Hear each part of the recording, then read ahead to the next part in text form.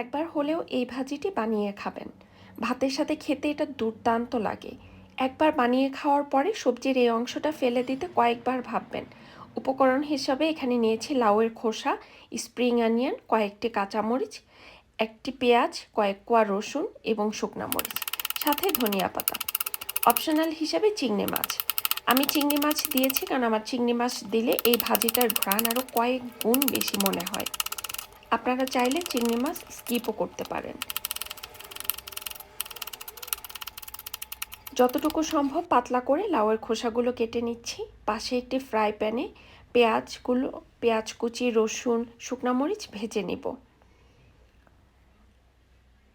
হালকা হলুদ এবং পরিমাণ মতো নুন দিয়ে পরিষ্কার করে রাখা চিংড়ি মাছগুলো পেঁয়াজ রসুনের সঙ্গে ভালো মতো ভাজা হয়ে গেলে এ পর্যায়ে আমি কেটে রাখা লাউয়ের খোসা এবং স্প্রিং অনিয়নের গোড়ার দিকটা দিয়ে ভালো মতো নেড়ে মাঝারি আঁচে 10 থেকে 15 মিনিটের মতো রান্না করে নেব।